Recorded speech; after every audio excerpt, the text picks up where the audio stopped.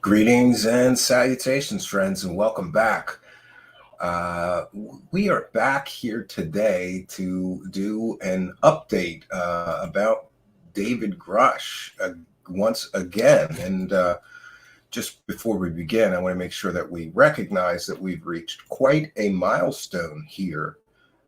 Today will mark quite a milestone in the Grusch story, and that would be 225 days. David Grusch has been making huge out-of-this-world claims and has provided zero evidence shown so far.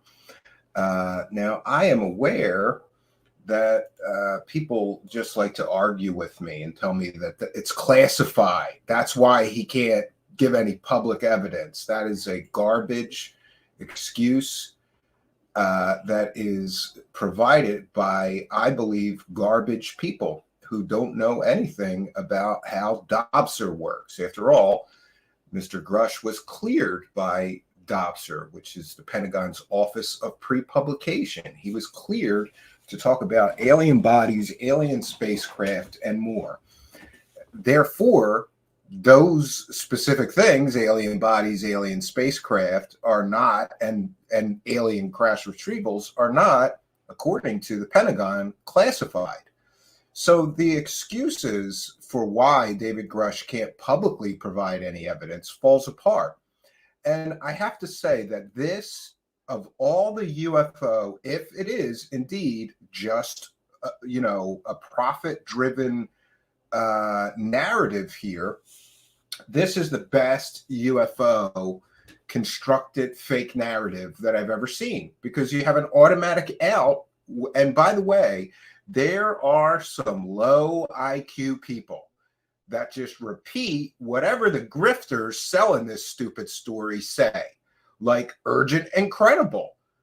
The Inspector General found his claims about alien bodies and the alien crash retrievals to be urgent and credible.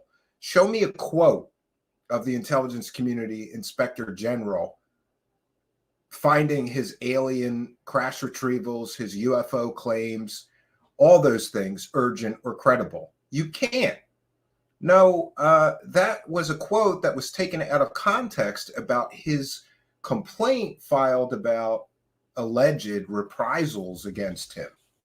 And the Inspector General found his complaints urgent and credible, as they find everybody's complaint. If you file a complaint with the Inspector General of the intelligence community, go talk to somebody who works in that office. They find every complaint to be urgent and credible and worthy of investigation, and that they do.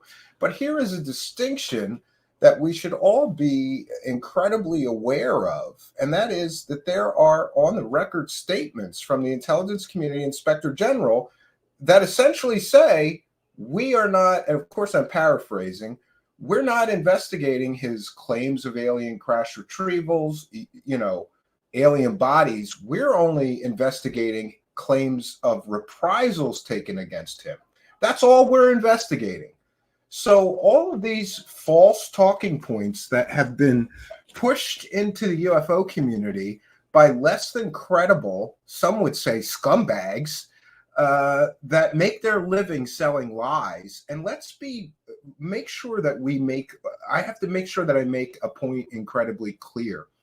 These people that are all selling this story, Ross Coulthart, Jeremy Corbell, George Knapp, News Nation, they are incredibly skilled at deceptively crafting false narratives and stories for clickbait consumption.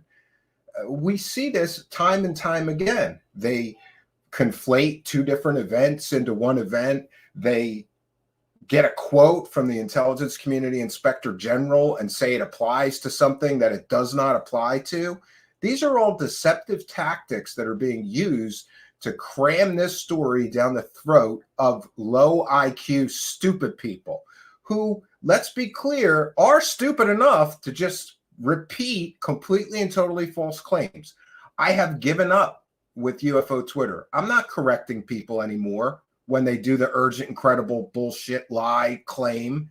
It's a lie. The intelligence community inspector general never said anything about his alien or UFO claims being urgent and credible.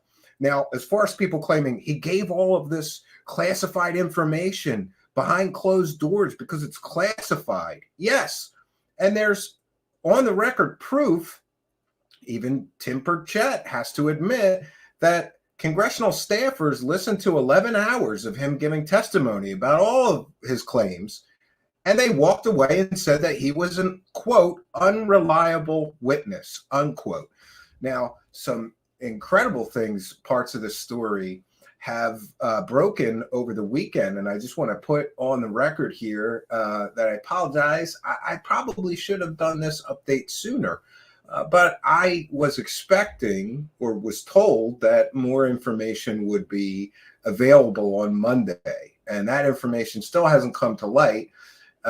So if you missed the happenings, first of all, there was a great story from John from the Black Vault and some new FOIA requests, which cast additional doubts on the credibility of David Grusch. Because in these FOIAs, we get to see that David Grusch allegedly or may have, I'm not, by the way, I am not taking a side, but simply reporting on the facts that we have available to us. But in the FOIA request, it appears to show, and by the way, we're going to share all this with you tonight, this FOIA request appears to contradict directly Dave Grusch's statements that he's never been a UFO guy and he only got into UFOs at a certain date. Well, he told the government something completely different, that he was investigating UFOs for 15 years. So, and by the way, he did release a statement refuting that, which we're also going to share with you tonight. But the real bombshell over the weekend really was this story. And now remember, I like to make sure that I put certain things in context. From the beginning of this story, I have said that I believe that Dave Grusch is being manipulated. And I specifically use the word, he is being manipulated by less than scrupulous people within the UFO community that want him to do this for some reason. Those reasons remain murky and muddy and somewhat unclear, but they're starting to become clearer. The first motive, of course, for many of these people is, of course, profit. It would be fair to say that between the yes theory appearance and the Joe Rogan appearance and the endless News Nation coverage, it would be fair to say that hundreds of thousands of monetized views, hundreds of thousands of dollars worth of this guy talking for 225 days now, hundreds of thousands of dollars has been generated from him sitting there telling stories. But we also have to look through the lens of time here and say, what kind of a whistleblower waits 225 days before they share evidence that their claims are true, accurate, or correct? And I'm sorry, if you call yourself a whistleblower, but you can't share any evidence, then you're a worthless whistleblower. You have nothing to contribute then. What are you going to do? Is he really just going to tell stories forever and never provide any evidence? And by the way, the stories are getting more grand and they are expanding. And now we've got him meeting with a bunch of Wall Street bigwigs, unquote.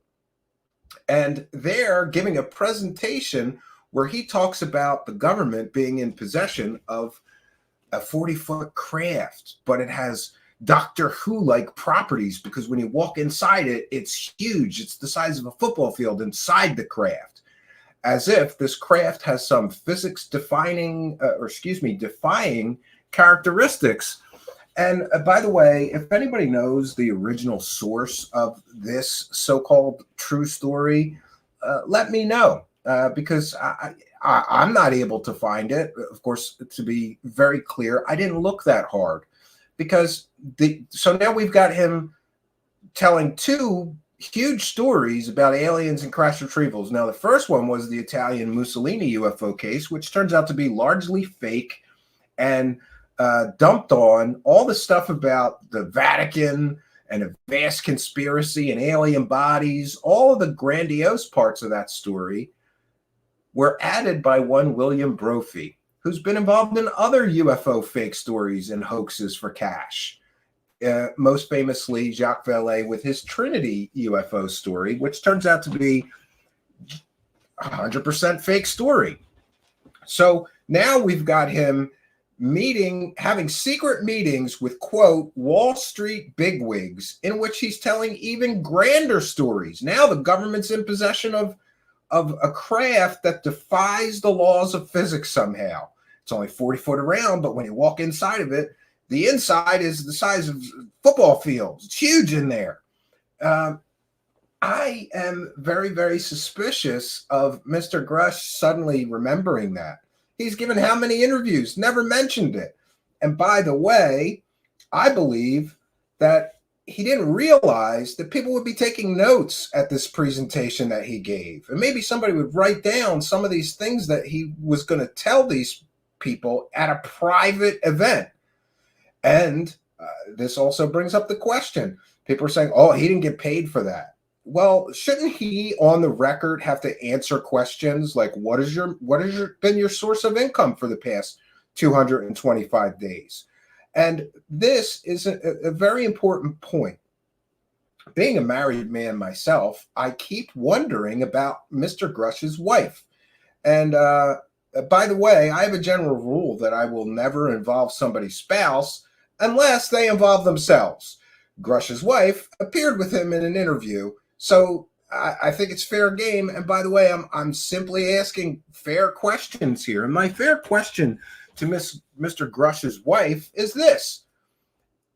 Are you aware that hundreds and hundreds of thousands of dollars has been generated from your husband?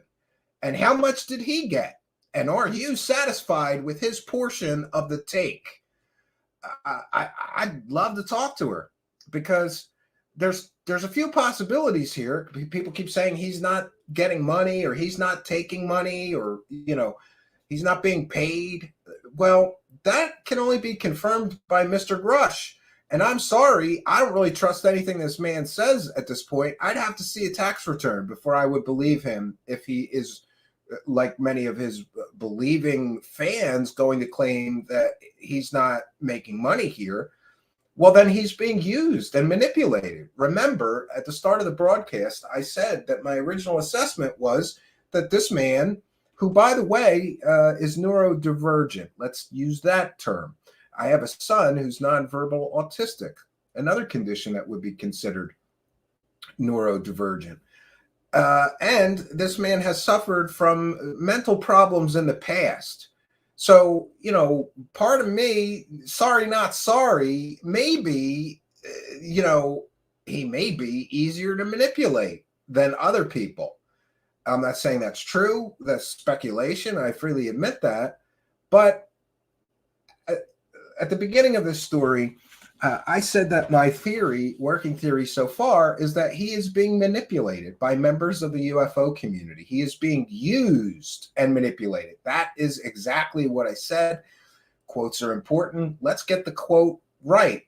I said he was being used and manipulated.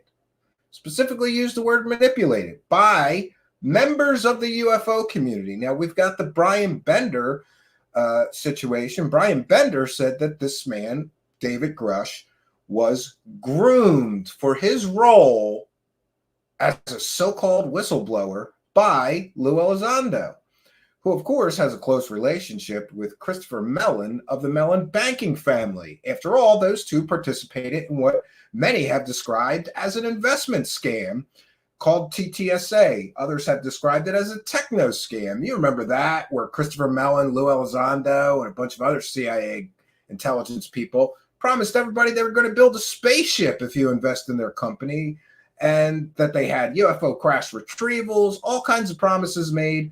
They collected several $1 million, and then they did nothing that they promised. And while they were collecting public investments, they were claiming that Lou Elizondo ran a $22 million funded Pentagon UFO program, which he was the director of. That claim is completely false. And Lou Elizondo only ran a Pentagon UFO program in the land of make-believe. And there's on the record statements, including Mr. Elizondo's own statements, in which he admits it was an activity, like a hobby, not an official funded program that he was indeed the director of. And if you look at Mr. Elizondo's work history, nowhere does it say that he was the director of a Pentagon UFO program. So these people have been lying to us for a long time. And I believe there's a financial motive for some people. After all, Lou Elizondo, based on the lie of him running a $22 million Pentagon UFO program that he never did, he got book deals. He got a television show deal, live speaking engagements. He even got the GQ Hero of the Year award. You too can get a hero award, right? All you got to do is lie about your work history and say you directed a $22 million program that you never did. So these are some of the people that are behind Grusch. And when I said that it's all the same people from TTSA doing this, well, who was involved in TTSA? We had George Knapp promoting it, right? We had Jeremy Corbell promoting it, right? Lou Elizondo, Christopher Mellon, Gary Nolan. I said all those people are involved and behind this Grusch thing. Turns out I was right. And I hate to take a victory lap, but I will. So some of you low IQ, stupid people who tell me how wrong I am all the time, well, now we've got verified evidence and proof. And the proof that it's the same group of people behind Grusch that have been behind other false narratives for profit is stacking up. We've got Brian Bender, an on-the-record statement from him saying he believes Lou Elizondo was grooming Grusch for this role. We've also got proof that there's proof. The Soul Foundation. David Grusch is the COO, the Chief Operating Officer of Gary Nolan's UFO cult, or whatever you want to call it, UFO organization, the Soul Foundation. So there's the connection to him. Now, Hal Puthoff and Eric Davis, supporters are involved. It's Hal Puthoff directly involved with TTSA.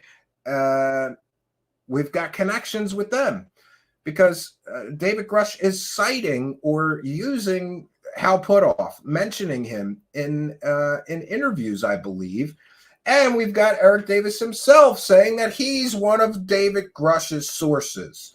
So if this sounds a little scummy and shady and incestuous, it's because it is. The same people that ran something that was described in a Washington Spectator article as a techno scam are now all directly connected or involved here, it would seem, with Mr. Grusch.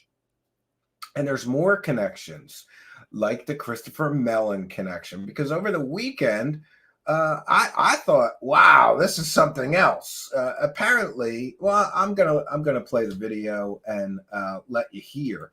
But a fellow content creator called Dark Journalist, some of you may be aware of his show, has made some pretty bombshell allegations. We're gonna get into this, but first let me put my fair use banner up. But before I do that, oh yeah, let me get the fair use banner up for sure. So of course, this is a transformative work. We're educating the public. We're critiquing the materials that we are sharing. This is directly from Dark Journalist's Twitter. And what this is, like I said in tonight's title for tonight's show, did the Dave Grusch story just get a whole lot stranger? And the truth is, yes, it is.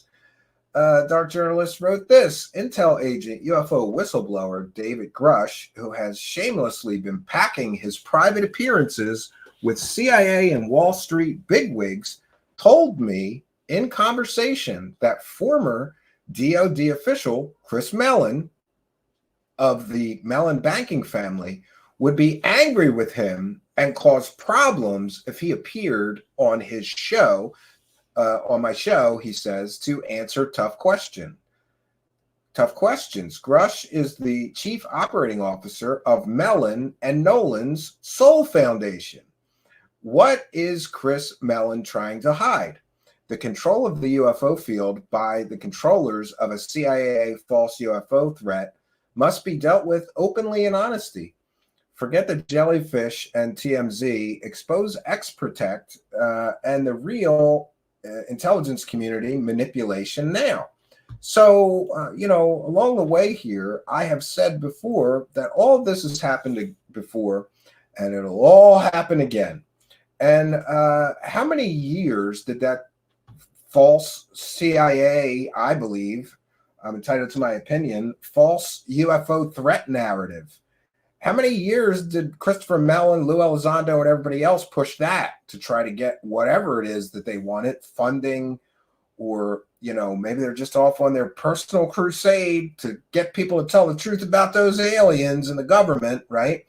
And interestingly, Christopher Mellon, years before TTSA, said that he's seen everything in the government, and again, I'm paraphrasing, and that there is zero evidence or proof of extraterrestrial visitation on Earth.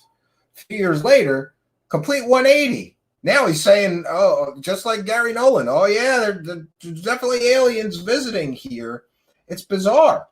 And we've had his cousin here, John William Warner the Fourth, who essentially broke down for our audience here that Mellon's intentions are not what they appear to be. And his own cousin, who is a member of his family, obviously, believes that this was all an intelligence op. And by the way, I don't want to put words in his mouth. You can go look at both of those interviews with John William Warner. We just reposted them recently because there's some important information in there. And I get it. John's into some pretty out there stuff, but I think he's a good judge of character and has a good assessment of why his family is manipulating, the American public. And essentially, John William Warner admitted that his family has been manipulating the American public forever. That's what they do. They're control freaks. A lot of rich people, super wealthy, are control freaks. But isn't it interesting that apparently Dave Grusch is terrified?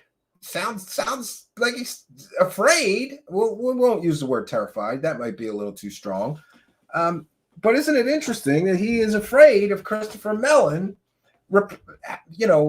doing some kind of reprisals against him should he go on a real show that will ask real questions? And by the way, I'm going to put on the record also that I believe that there's a reason that Dave Grusch is only doing certain interviews. And that is because those are friendly interviewers. They're not going to ask him about his money situation. And by the way, great job, Yes Theory. You were standing right next to his wife. You could have said, hey, do you know that, me included, there's hundreds of thousands of dollars being made selling this Grusch story. Did you know that? And are you happy with whatever we're paying your husband? He could have asked that, but he didn't, because that would reveal this whole thing for what it is. And I just want to also make sure that I say I disagree with dark journalists on many things, I'm sure, but I agree with them on other things. So interestingly, dark journalist has this conversation, apparently a 3-hour conversation with Dave Grusch, in which Dave Grusch essentially says he can't do dark journalist show because Christopher Mellon will be angry with him. And now, by the way, if you read these comments, it's a laugh riot. And by the way, I've posted all this on Twitter. You can check out my Twitter for more of this drama at Stephen Cambion. People in the comments, I don't know DJ. That's what people generally call him, DJ Dark Journalist. I don't know him very well. But I do know him enough to know that he's not just inventing, conversations that he didn't have or whatever. And by the way, we'll get to it. He shows the proof that David Grusch, he shows some evidence that what he is saying is accurate. What he originally said is Dave Grusch contacted me. We had this long conversation, and this was one result of it. But people are accusing DJ of all kinds of things. They're saying, oh, he never had a conversation with Grusch. Other people are claiming that he's like sour graping, like, oh, Grusch wouldn't give me an interview, so now I'm going to, screw these people back. Or I don't believe that. I believe that he's being honest in what he is saying. And by the way, it could be as simple as DJ, besides me, was one of the few people to get the whole TTSA thing right and Lou Elizondo story right and correctly question all this intelligence people suddenly infiltrating the UFO community with these, apparent pre-drawn up narratives and missions. So interestingly, people are accusing him of, oh, you didn't get the interview, now you're going to blame Christopher Mellon. No, I believe DJ's being honest in that Grusch said that. I believe Grusch said that. And I believe that many people who have said that Christopher Mellon is like the mastermind behind a lot of this,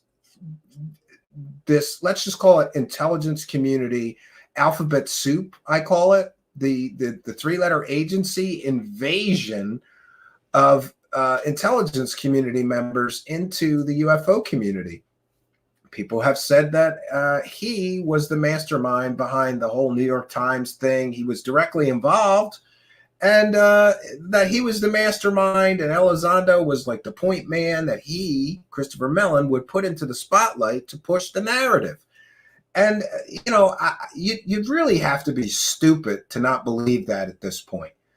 And so now we've got Christopher Mellon, who I'm sure was pulling people's strings as the puppet master in TTSA, in my opinion. Now we've got some pretty compelling evidence that Christopher Mellon is directly involved and pulling strings with Dave Grusch. And I just want to say to Christopher Mellon, I'm going to put it on the record and make a public statement. Christopher Mellon, you are an intellectual weakling and a coward. Why do you get to decide what interviews Dave Grusch does? Could it be that you helped create this whole narrative? Could it be that you're afraid that if Grusch has to answer real and hard questions, that the whole story will come crashing down? And by the way, why doesn't any interviewer ask him how much of the material, ask Dave Grusch, I mean, why doesn't any interview ask Dave Grusch how much of that material that Jeremy Corbell and George Knapp have been releasing over the past couple of years did they get from you? And by the way, I'm not saying that that's the case. I'm just saying that somebody should ask Dave Grusch that question. Because if you line up the dates and the timeline, it's awfully suspicious. Jeremy Corbell and George Knapp meet Dave Grusch, and all of a sudden they're getting military videos from sensitive sources just dropped in their lap right after they meet Dave Grusch. It doesn't take a rocket scientist to connect these dots, but I'm doing my best here to try to dance around, because I don't want to make allegations, but I certainly want to ask questions, as everyone should. And Dave Grusch has yet to do one real interview. Everything he's done, pretty scripted or pretty softball, no hard questions like, I don't know, what are these reprisals that you're talking about? Oh, he's got an out for that. Oh, it's an open investigation. You can't talk about that, right? Hard questions like, did you give any material to George Knapp and Jeremy Corbell? And I think there's sufficient evidence to warrant such questions, because Mr. Grusch himself has said that he was investigated after the government found out that he was hanging out with those guys, which honestly, I think they should, because they're leaking sensitive military information, including leaking a still photo from a video that was in a classified briefing. I'm not an intelligence expert, but that sounds illegal to me. And Jeremy Corbell he suddenly decided he was a journalist because he thinks he's going to have protection. But isn't it interesting that if you look into the history of leaked military sensitive or classified information, the quote journalist who releases it is almost never prosecuted. But do you know who is prosecuted? The person that leaked it. I also wonder, I'm starting to become very much more empathetic and sympathetic towards this David Grusch. And instead of just being critical of him, which I hope I will continue to be, I'm human. And I wonder, is David Grusch's wife aware that when an intelligence person or a military person or anybody that has access to sensitive military or government information leaks things to a journalist, that journalist is almost never prosecuted, but the leaker is? Is Mr. Grusch's wife aware of that? And is there a financial arrangement between David Grusch, Jeremy Corbell, and George Knapp? Are they giving him a kickback if he is indeed the source of some of the materials that they are using in their for-profit stories? And again, to Mr. Grusch's wife, if your husband is involved in providing these people with materials, shouldn't he get a cut of the money? And if he's not, why isn't he? Lots of questions here. But isn't it interesting that the so-called disclosure advocate, transparency advocate, Christopher Mellon, is trying to stop transparency. He's trying to stop David Grusch from doing a real and valid interview with an interviewer. And by the way, I'm just going to say this. I can have whatever differences I have with DJ, Dark Journalist, but I guarantee you that if Grusch did that interview, that would be the best interview done to date with David Grusch. Why wouldn't Grusch want to do an interview with one of the best people to interview him, who is, got a really long history of researching these things? Why would Christopher Mellon try to stop him from doing that? And why would supporters of Grusch be okay with that? You're okay with this? You're okay with this disclosure advocate this billionaire from a billionaire banking family is going to control what questions Dave Grusch is allowed to answer? And doesn't that speak to the constructed nature of this false narrative? If it's not a false narrative, then Dave Grusch could do any interview and withstand any questioning. But you'll notice that he won't come here. He won't. And now we know he won't go to Dark Journalist. And why? And to be clear, I don't have anything against Christopher Mellon, but don't call yourself a disclosure advocate, bro, or a transparency advocate while, actively preventing people from answering questions when they're making out of this world claims. A little disingenuous of you. And when are you going to answer about who helped you borrow those UFO videos out of the Pentagon, right? When are you going to answer who did that, right? We know that Lou Elizondo was involved because he is the one who got them cleared for internal use only, but they were never cleared to leave the Pentagon and end up as the subject of television shows, documentary deals, live speaking fees, TTSA's incredible use of those videos to promote their for-profit venture that you too can invest in. And why does this guy get a pass? Do you know what would? And by the way, let's just put it out there. If I or you were to take videos from the Pentagon and then use them to collect millions of dollars in television shows, book deals, speaking fees, millions invested in your for-profit company, we would be prosecuted. But somehow, it's rules for thee and not for me.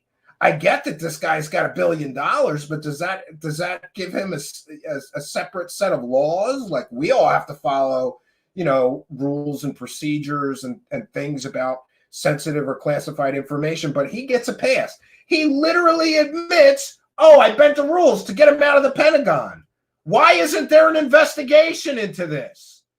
Why is nobody getting prosecuted for the TTSA thing? They literally lied to everybody and said that one of their board members ran a Pentagon program he never ran while they're soliciting public investments. Go talk to the SEC. You can't make false statements while you're soliciting public investment. That's against the law. Those videos were never meant for public consumption. That was likely against the law. And again, I'm not a law enforcement officer. I'm not a lawyer, so I don't know. But it just seems crazy to me that the same guy that was involved in that shady shit and all the shady TTSA stuff is now the guy who's going to decide what interviews Dave Grusch is allowed to give or not. This is a real problem. But I think that this provides a glimmer of hope that maybe, just maybe, David Grusch may be beginning to awaken to the reality of his situation, which may be that less than credible, less than ethical, less than moral people are actively manipulating him. And by the way, when I said originally that I believed he was being manipulated by members of, we could just call him the scam squad, the grift squad. When I said that, I got attacked viciously. Well, now we have the proof. Of course, he's being manipulated. He can't give interviews that he could do. What does he need? Does he need permission? Does he got to clear all of his interviews? This opens up so many questions. Does he have to clear all of his interviews with Christopher Mellon and Lou Elizondo or whoever? Gary Nolan before he's allowed to give them? And if so, why is that?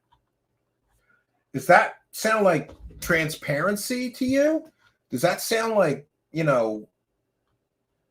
disclosure advocates, right? We're all about the truth, except we can't have anybody asking Dave Grusch certain questions, So just as before, just like Bob Lazar won't give a real interview with a real researcher, it doesn't look good for Dave Grusch that he's not willing to give real interviews and answer real and tough questions.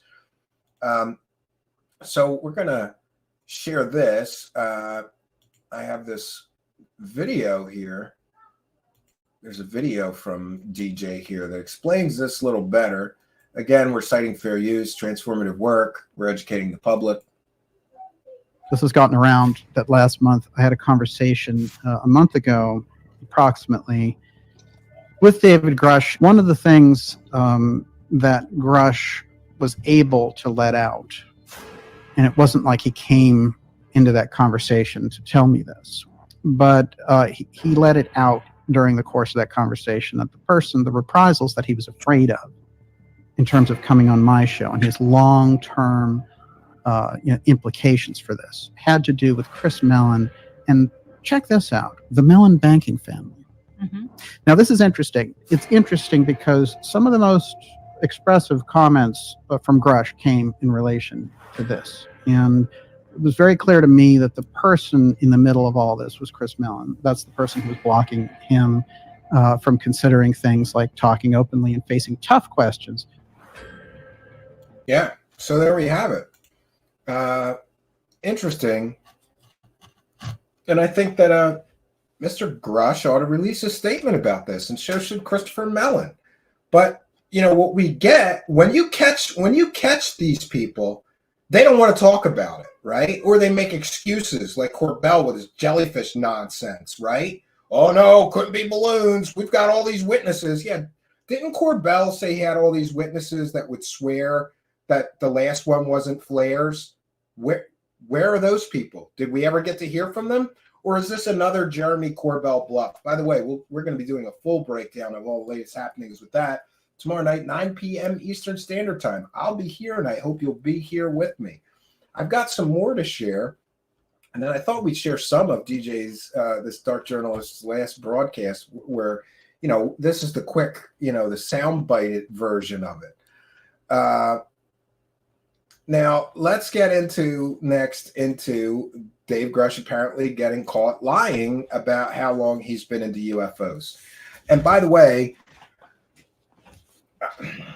what I'm about to say, I want to preface with saying it is solely my opinion and speculation.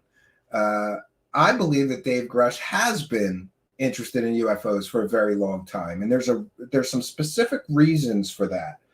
During the course of all of his interviews, all of which I have listened to multiple times, Mr. Grusch specifically mentions certain books. And I'm not sorry.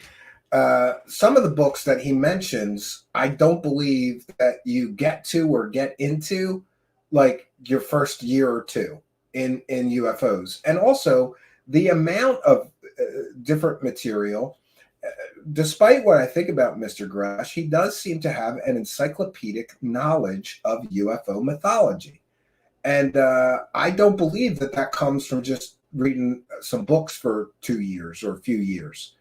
I think that it's very likely that Mr. Grusch has been interested and involved with UFOs for a very long time. That's my opinion. Now we've got Stephen Greenstreet, who is reposting the information from the Black Vault. And he says new Pentagon documents released to the blackvault.com appear to quote UFO whistleblower David Grusch, saying that he has been studying UFOs for 15 years. So since 2006. Dave Grusch has previously said he didn't get into UFOs until early 2017 or December 2017. Now, why does this matter? Well, it matters because what a lot of people have been saying is that Mr. Grusch is kind of a UFO wackadoo, and he has been for a long time, and he's into many of these things. So isn't it interesting that when we get some documents from the government, and by the way, people are arguing, no, they misquoted him. No, they were talking about somebody else, not Grusch. But here's what the document says. Major Grusch stated that, and then there's a redaction. The next line reads, he stated that he, quote, he has been studying UAPs for 15 years, and that he serves as the NRO liaison to the UAP. And this is an interview with the Department of Defense Inspector General that was done June 12th, 2021. By the way, I believe those interviews are recorded, and it's a legal proceeding. So for someone to suggest that, no, they misquoted him, is absolutely the height of stupidity. It's a legal proceeding. They have to take down exactly what he says. And exactly what he said is that he has been studying UAPs for 15 years. So I guess if we're, which one do we believe? Do we believe Dave Grusch in interviews every time he said, "Oh, I'm not a UFO guy, never been a UFO guy"? This is the problem with some of these people. The more they talk, the more they show you who they really are. And apparently, Mr. Grusch has either been dishonest to the Inspector General of the intelligence community in this recorded and interview, or he's been dishonest in all those interviews where he said, "Oh, I'm not a UFO guy, never been a UFO guy." Now let's examine this for a minute. What would sell Dave Grusch's story better? The fact that he was been into UFOs for 15 years, read every book, watched all the documentaries, really big fan of UFOs and UAPs. Would that help sell the story? No, because skeptical people and critical people like me would say, well, he's a true believer. He's too into this, so he's not going to be, a good person to actually evaluate evidence because he's a believer guy. He just a true believer. No, it would certainly sell his story much better to claim that he's not a UFO guy and he just got into this recently. And I believe that this shows that the Dave Grusch narrative is a carefully constructed construct. It is a construct. It's not a real story. It's not a true story. If it was a true story, why do we keep catching all these inconsistencies and discrepancies between what he says? And isn't it interesting that he says different things publicly in interviews than he says privately behind closed doors when talking to the government? Why is that? That is very suspicious. And maybe, just maybe, Dave Grusch never thought that anybody would see what he said to the Inspector General. And God bless John for the Black Vault, because every time there's an issue like this, he files these FOIA requests, and we get a little more clarity on the whole Dave Grusch story. Here's some former quotes from Dave Grusch, provided. I want to thank at Middle of Mayhem, Stephen Greenstreet. Quote, "In my career, I didn't even think about this topic, UFOs. UFOs were not on my radar. I wasn't really a believer. And then the day I remember, I was like, huh? What's with this UFO stuff? It was early 2017. That was from the Joe Rogan podcast. Here from the Tucker Carlson interview. Quote, "I had no personal interest in the UFO subject, really. I thought it was a total joke. It wasn't until I saw the New York Times article in December 2017. Well, those two statements directly contradict what he told the department, apparently or allegedly. There's still some debate about this. What he told the Inspector General of the intelligence community during his interview June 12th, 2021, when he said that he has been studying UAP for 15 years. This is a real problem. And, I get it. People want to make excuses and, oh, maybe he didn't say that. To suggest that during a legal proceeding that is recorded and transcribed, they somehow wrote down the wrong thing is kind of ridiculous. The mental gymnastics that people have to do to keep this story rolling, it's just, it's literally unbelievable. Now, in fairness to Mr. Grusch, I'm going to show you his statement. He basically refutes that. Dave Grusch also says that the interviewer misconstrued his time in service and cadet.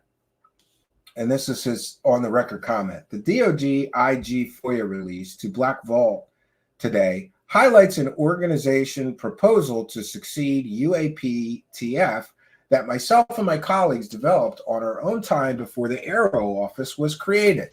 Not only did I brief DoD IG evaluations teams on this proposal, but I also presented the same chart deck to Senator Harry Reid in April 2021 in a personal capacity for his guidance. He was very enthusiastic on the idea of the National Space Lab to receive records and UAP material from the executive branch agencies, who would then federate it out to academia and other partners in a whole of government approach. He was going to use the OSAR proposal as a basis for his next discussion with President Biden. The interview reports that I've been studying UAP for 15 years. I have not and may have misconstrued my total time in uniformed service, cadet plus commissioned officer at the time. So I don't understand how misconstruing your time in service would somehow lead to a direct quote from you saying that you've been studying UFOs and UAPs for 15 years. You know, how does this happen? And by the way, John from the Black Vault is filing an additional request because people are saying, no, they were talking about somebody else. Well, now we see direct from his own mouth, no, they were talking about him, Dave Grusch. They weren't talking about some other party in that released FOIA document. They were talking and quoting Dave Grusch as having said that.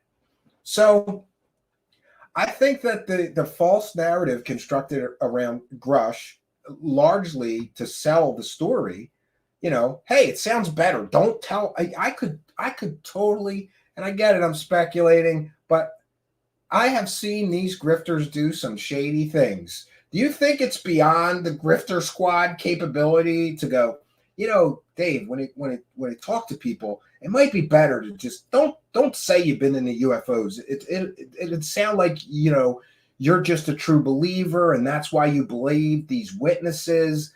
You know, if you just say something like, hey, I've never been in the UFOs, I wasn't a UFO guy. And where have we heard that before? Elizondo said he wasn't a UFO guy, right? A guy who's been into UFOs for decades is not into UFOs. Okay. The same narrative. And Lou Elizondo's narrative was false. So what do we believe here? Do we believe that Dave Grusch is telling the truth in the interviews? Or was he telling the truth behind closed doors, giving statements that he thought nobody would ever see? These are the little things that people miss when they're constructing false narratives to sell people false stories, in my opinion. We want to take a moment to recognize you kind and generous benefactors. We've got two from Complizer, £5.51, or is that euro? Me always is wondering, how did Grusch lose so much weight in such a short time? Must have been some ET technique, right? Or just cans of Slim Fast. I don't know. Complizer. Maybe I'll tell you what does work. The carnivore diet really works. But consult your medical professional. Don't take medical advice or diet or nutrition advice from me. Complizer with another one. And thank you also for being a member. Kind and generous. $2.22. Says, we want a DJ alien scientist Cambian podcast soon. Well, I'd be down to do that. And I have asked DJ for interviews several times, but I'm constantly saying this.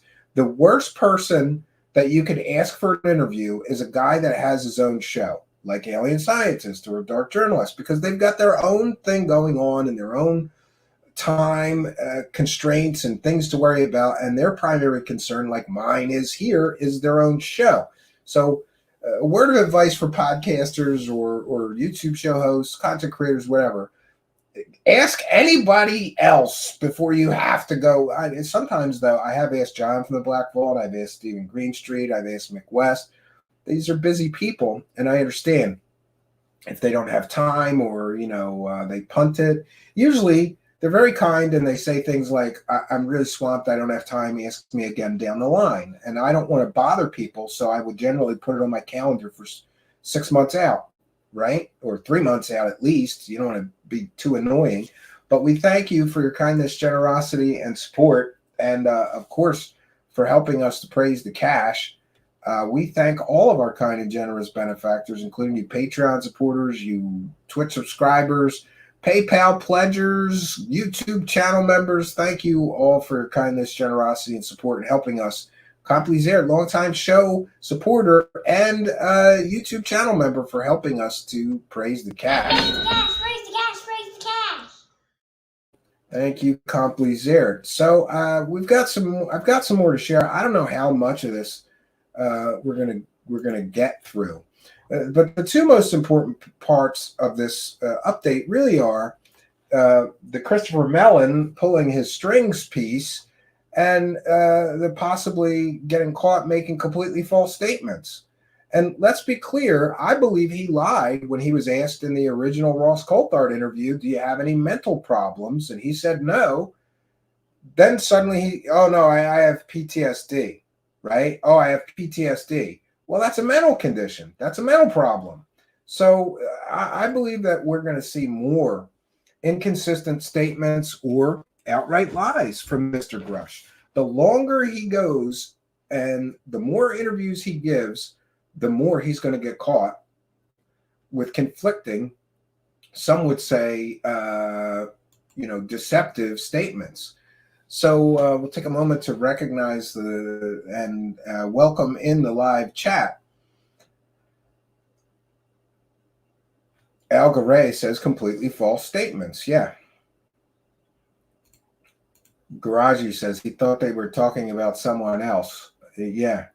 One thing I did want to mention, originally, I thought that DJ said that he had an off-the-record conversation. So I'm not really sure how I feel about DJ sharing things, but that's his right. I don't want to get into a debate about that situation.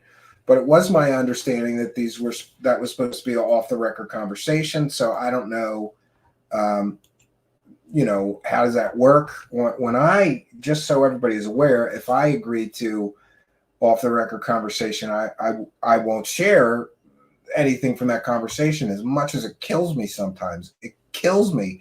And, I generally tell people I'd rather not have an off-the-record conversation with you. Unless, and in some stories and cases, I just need background or additional confirmation, and I already have other sources saying certain things. In that case, I do. But generally, I generally just tell people, like, listen, I'm a reporter, and a content creator. So it's very difficult for me to hold my tongue. Like, you should be aware of that. But you can ask, anybody that has dealt with me. I am somebody to be trusted when I'm told you can't use that or whatever. I generally adhere to whatever the person's wishes are. But everybody's got different ways of doing things. We're going to get into his latest broadcast. I'm not sure how long we're going to go. I have to actually make this a short show. For those unaware, we're having a terrible storm here on the East Coast, and ice and snow, and my children have been home for 2 days, but not for snow. One for Martin Luther King Day, and the second day they had some kind of meeting. And now tomorrow, there is a 2-hour delay, which I hate, because on those days, I have to both get my children on the bus and off the bus. And it's so stupid. You're there at 10:30 and then 3:30, and it feels like, I don't know why they do that. I'd rather just keep my kids home all day. It's such a hassle. But I decided to not let it ruin my day tomorrow. So I apologize for whining here. Let me, but that's, that will inform you of why I really would like to wrap it up. I don't want to do a 3-hour streamathon today because I got to get up early. Usually my wife does the early, gets them on the bus, which means I can sleep till 2 o'clock or 3 o'clock in the afternoon before getting them off the bus. It's great. And we work together pretty well, but she's got to be off to work early, no delay. And so I'm just going to have to deal with that. Let me put my fair use banner up again. I don't think he'll mind. But this is transformative work. We're educating the public and critiquing the video that we are sharing. And boy, this Stark Journalist video, he really, I will say this: he tends to be a lot. I'll freely admit he's a lot more professional of a media person, or appears to be, than I generally do. He's not telling people to suck a dick, and he's a little more professional, usually. Anyway, but in this thing, he really I think he really dropped some bombs in this. And by the way, I'm a terrible show host. Let me do it right now before I forget. I'm always terrible at doing this, and I apologize.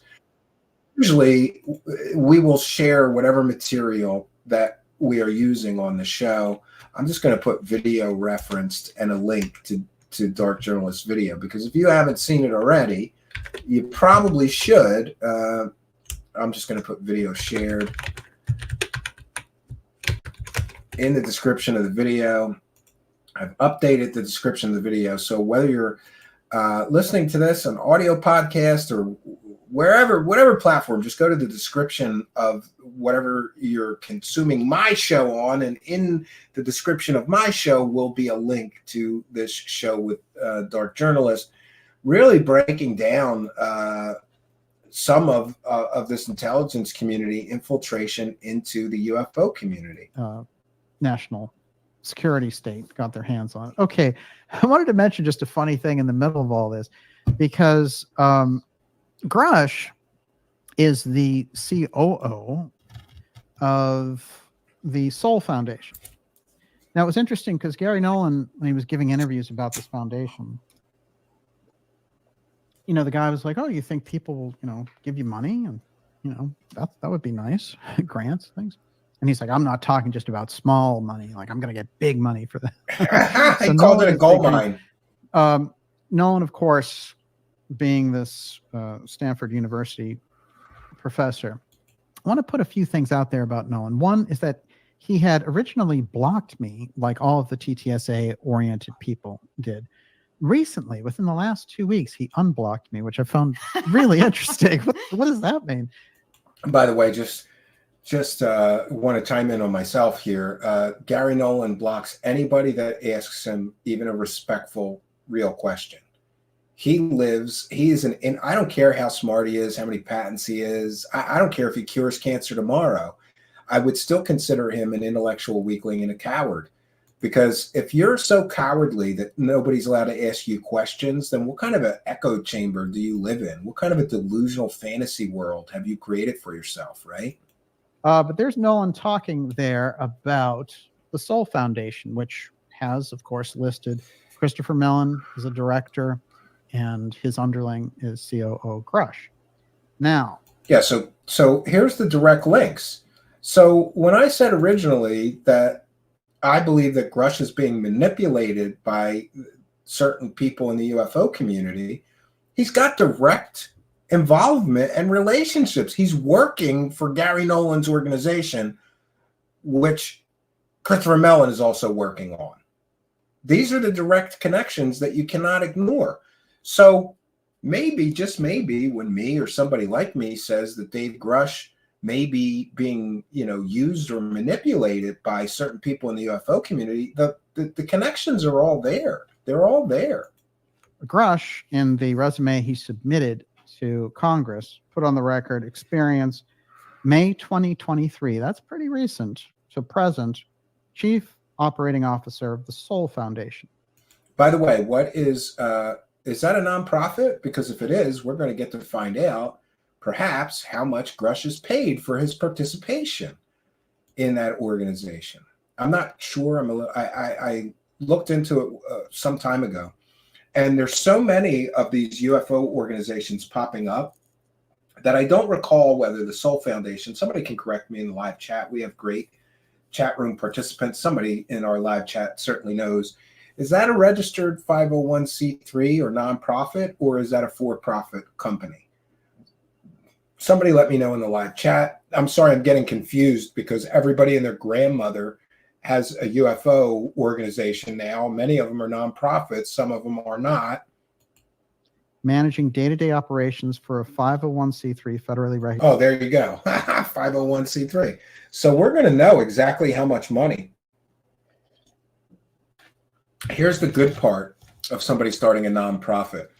they have to file with the IRS something called a 990 form, which essentially is required by law for all nonprofits. And what that does is it makes the organization accountable to the public. And they have to disclose, this is how much money we collected, and this is what we spent it on. So we may know as early as next year how much money Gary Nolan is collecting with his UFO organization. And by the way, as soon as we can get those forms, we'll do a story on how much money Dave Grusch is getting from the Soul Foundation, Christopher Mellon. They have to detail where the money goes, as well as how much they've collected. So that's great news. Because it's a 501c3, they'll have to disclose publicly how much money they're collecting and what they're doing with it all. Recognized nonprofit. This is the UFO consultant nonprofit things. We'll go around and we'll come up with these different things. This is part of that UFO money wave that I've been talking about. So that's on the record here. Now, the Soul Foundation itself is registered in Huntsville, Alabama. That's very interesting because everyone knows that as Paperclip Central. The director here, just to put on the record, Christopher Mellon's the director. Gary Nolan incorporated it. Gary Nolan, and we have Grusch there as the COO. Okay, those are the people involved. Now, when I put it on the record that Grusch was indicating that the interference with coming on the show and getting, tough questions and things was from Chris Mellon. So Mellon is in effect his boss in this foundation. So instead of being, hey, I'm a whistleblower and, I've had these things to say to the public or whatever, he's under the thumb of this billionaire family DOD official who's telling him who he can play with. Yeah. And isn't it interesting that the same person that was involved in the TTSA scandal, Christopher Mellon, and the scandal getting those videos out of the Pentagon, Christopher Mellon, is essentially Dave Grusch's boss where he works, right? And, just to be clear too, I don't know if this is the case with Dave Grusch, but a lot of people that work for nonprofits, it's not like they're showing up and clocking in and out for 8 hours a day. Some of those jobs are no-show jobs, right?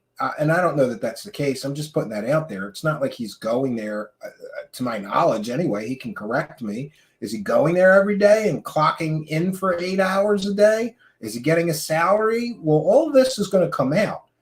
So, we'll be probably within a year, we're going to know, we're going to gain some transparency and disclosure about these disclosure people and just how much money they're collecting and whatever.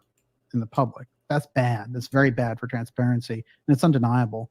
And it's very clear on my side and on their side that we have the conversation. It's well documented and all the rest of it. So the point is, you have to look at it like this: that he's not a real whistleblower. Instantly, his whistleblower status goes out the window. I indicated that to him, and he seemed to have in his mind that he could play all sides of everything. And I told him I didn't think it was possible. And also, what was it that he needed to be involved with them over? Didn't make sense to me if he had his own story that he needed to be, involved with the Mellon Elizondo TTSA leftovers, Yeah, it appears that these people who burned all their bridges already, they needed a new front person. They needed a new person to push their narratives. So I believe that they need Grusch, but Grusch does not need them. That's my opinion, and I'm entitled to it.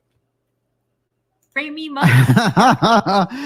It starts to become pretty clear that the person who's navigating this whole thing is Christopher Mellon. It's important that we got to that point. I want to say this too about Gary. By the way, I'm just going to put this out there. The views expressed by anybody, including this person, Dark Journalist, don't necessarily reflect our show here.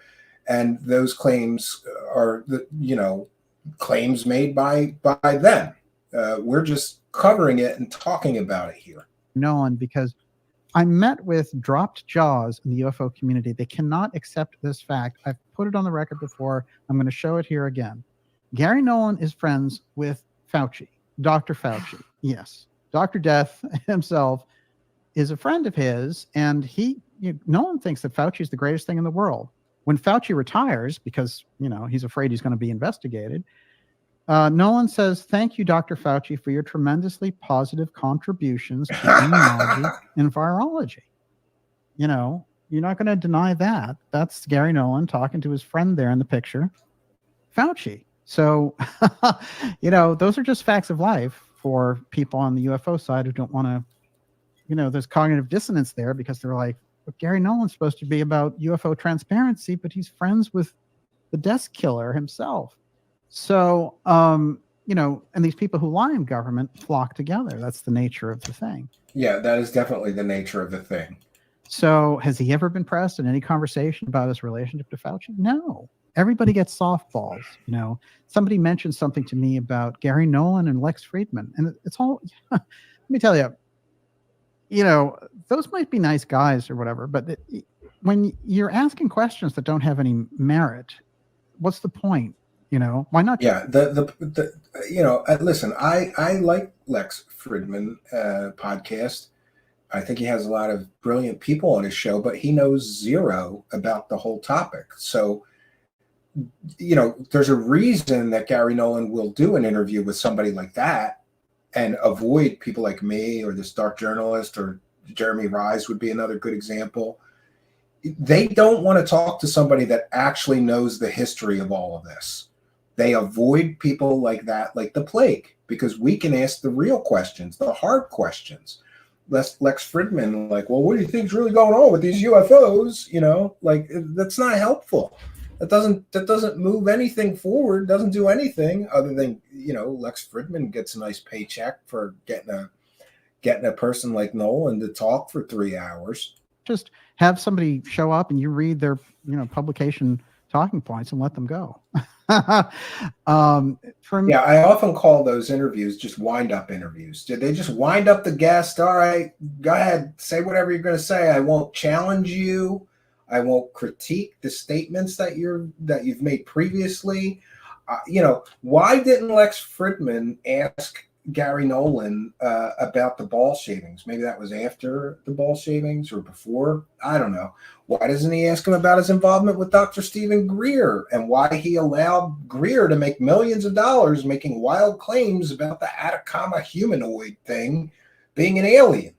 He's a scientist. Shouldn't he have said, hey, wait for the DNA before you make a documentary about this? Let's put the actual DNA results in the documentary. Well, they wouldn't have been able, Greer would never have been able to collect millions of dollars without, if they did it the honest way, the ethical way, the moral way.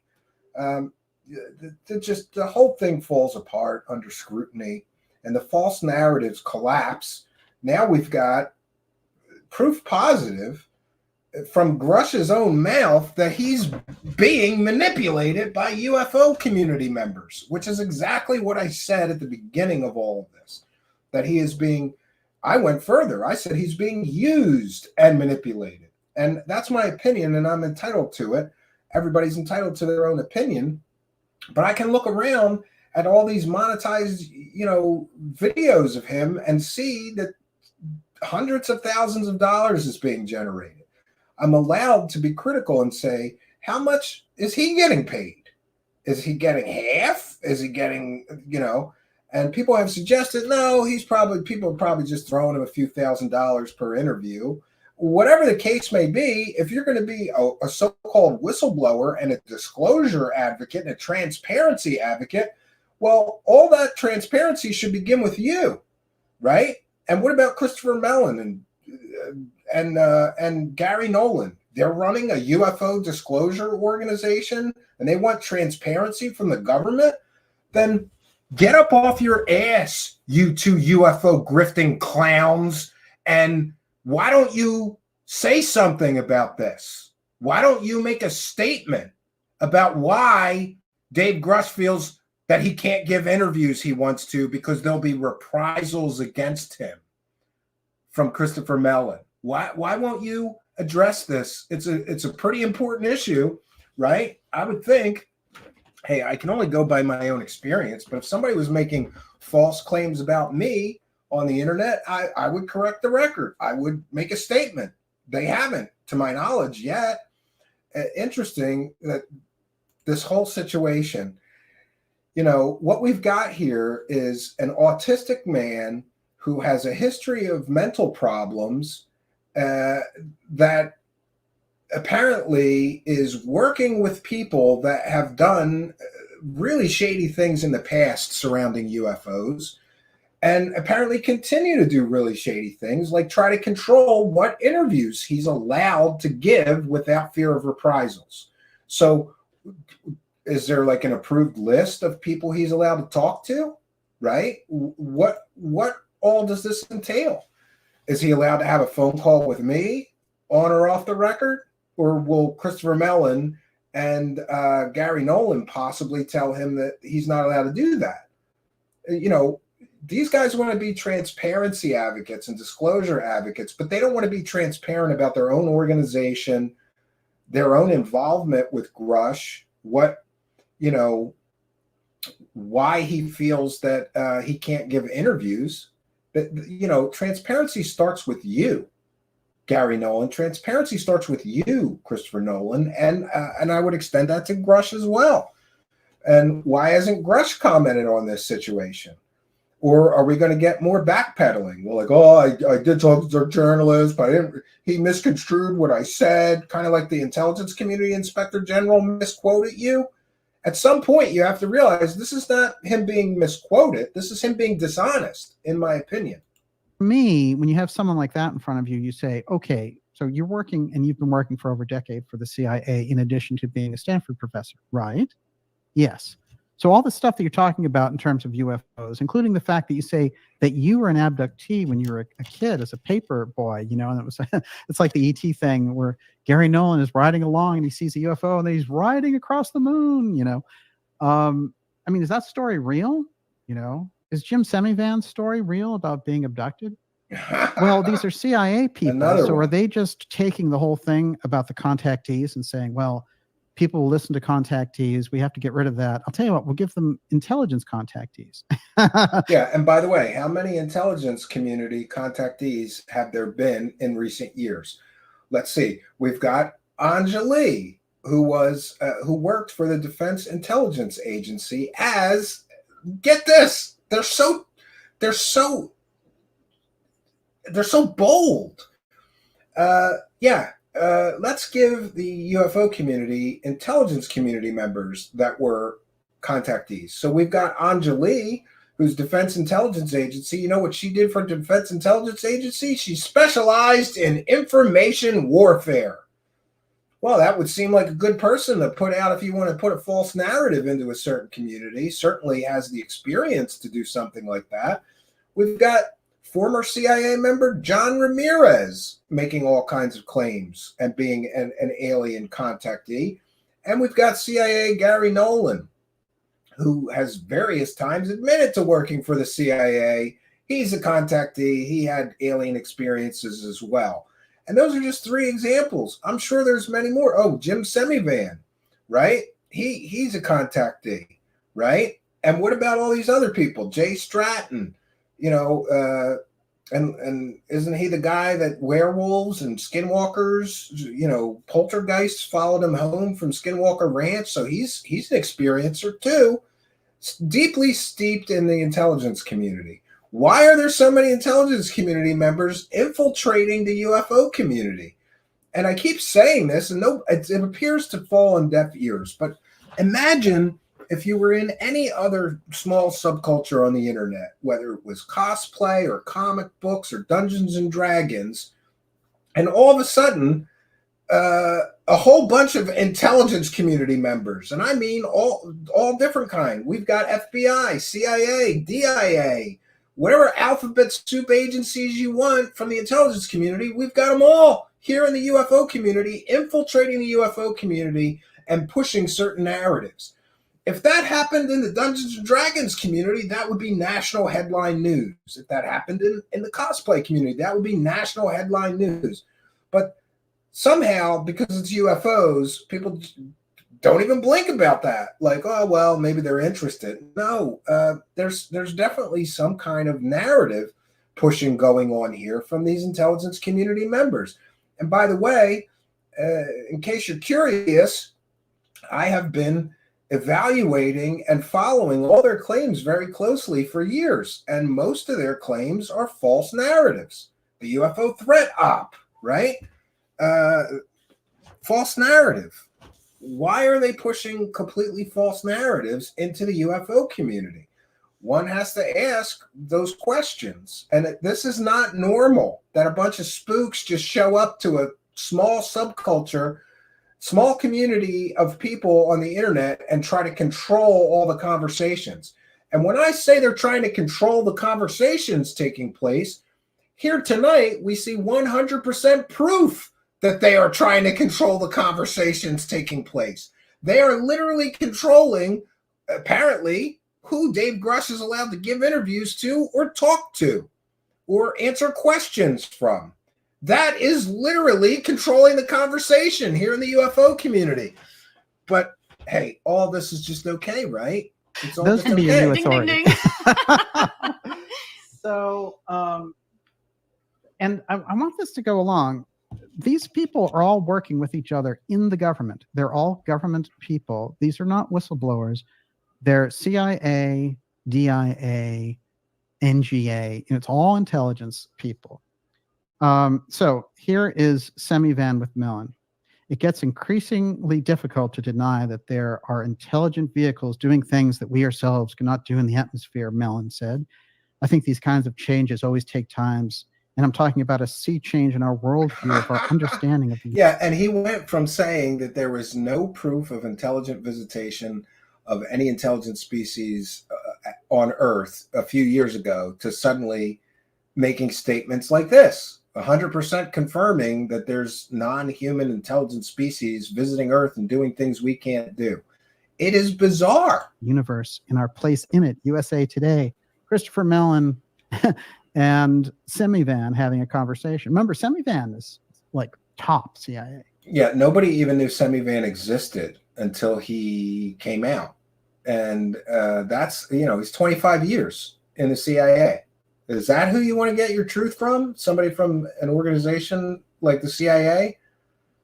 I don't understand how anybody falls for all these intelligence people. 25 years, CIA director. It doesn't get any higher than that unless you're the director.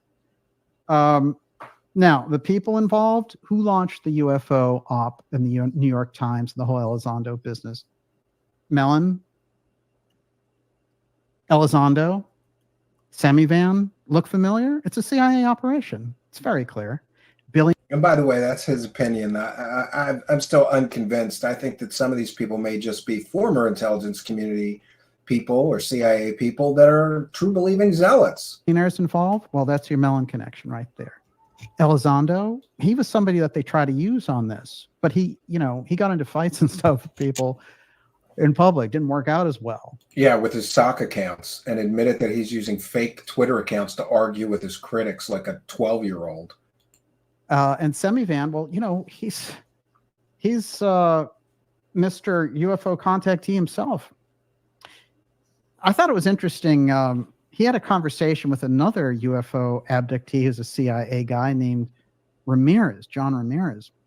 It was pretty wild because they had a conversation about how they were heading to the Edgar Cayce Foundation when, one of them had a weird experience, whatever. So, these CIA people hanging out at the Edgar Cayce Foundation, what are they doing there? Are they still looking, trying to find information about the Hall of Records there? The CIA, you can't trust them for anything for the public. Yeah, and that I would definitely agree with. So in the description of this video, I have shared this video as well. I recommend everybody listen to that and form your own opinions. Of course, be cautious, use your discernment. Comply Zeret says John Ramirez is sus as F. Yes. and by the way, I'm certain that some people will attack me just for sharing or agreeing with what Dark Journalist is saying in this piece. However, he's been right about many things that we've also been right about. And yes, he was fervently anti-blue chicken cult and was attacked, doxxed, threatened, intimidated, quite like what happened with us here over the, being critical of Lou Elizondo. So, he's gotten some major things right insofar as some of these things. So we'll take some time and do some questions and comments for the live chat. Oh, look at that. I missed a whole bunch of these. And I apologize. Complizert is apparently the Super Chat MVP of the night. £5. I really loved your look in the leather jacket without glasses picture from some shows ago. You look like a UFO nerd. Well, that's appropriate because I basically am. But thank you, Complizert, for both being a member and your kind of generous $5. And another one with $2. Dark Journalist is a cool mofo no matter what. We thank you, Complizert. Another one from Complizert. Like I said, he's the MVP of Super Chats tonight. And jellyfish, UFOs, and aerojelly evidence, says Complizert, who's also a member, longtime show supporter. Does somebody know if DJ's co-host looks hot? Yes, I believe she is hot. I mean, I don't know, but I've heard her voice so much, and I swear somewhere I saw a picture of her and was like, oh, she is hot. Like confirming. And you ever know, Complizert, when you hear a woman's voice a lot and then you finally see them and the voice sounds hot to you and the image matches what you thought? That's what I recall. That, yes, and it's Olivia. I believe she is hot. I could be wrong. We'll just say she's hot until proven otherwise, Complizert.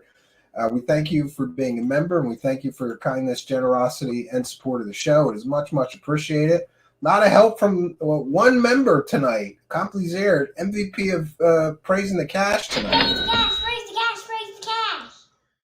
So we'll take some comments and questions from the live chat. Please put them in all capital letters. That really does help. Effluent for You is here and says, Black Goose, Stephen. Yes, I love that episode of the X-Files, right? Yeah. The Mellon Elizondo, other Alphabet Soup folks are both carrying out their mission orders and making money. Yeah, I think they get to keep whatever money they can generate. And they apparently, or allegedly, or some have suggested that they get a pass on prosecution for some of the things that they do. And that would sort of make sense to me.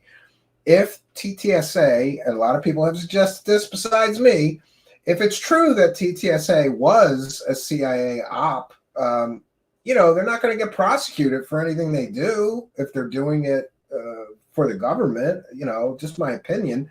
But if you looked at the TTSA situation, I think there was over 100 years, if you added up like how many years each of these people were in the CIA or intelligence, there was over 100 years of CIA and intelligence experience between the members of TTSA. Is that who you really think is going to bring you disclosure?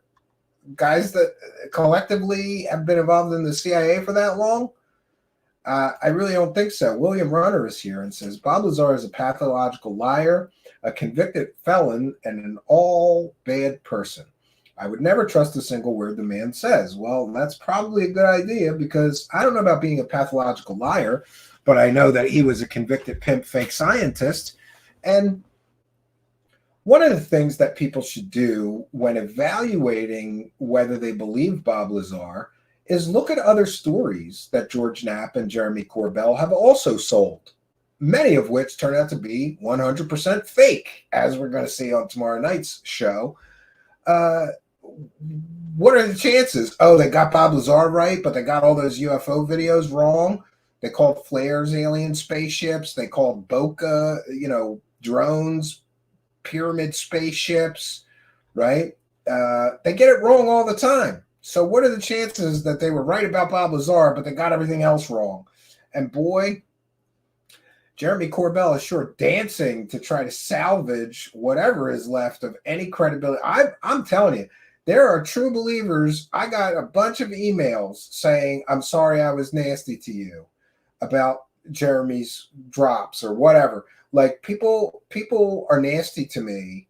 You know, when you catch one of these grift squad members running a grift once, people will still argue with you. Maybe you made a mistake, Steven. Maybe it is an alien spaceship. Blah, blah.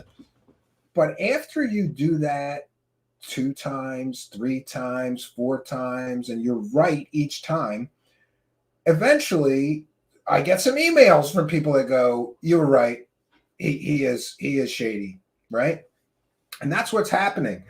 And how what else can Corbell do? He's been wrong about everything he put out. Aliens, I'm sorry, flares are not alien spaceships. Balloons are not alien spaceships. Batman balloons are not alien spaceships.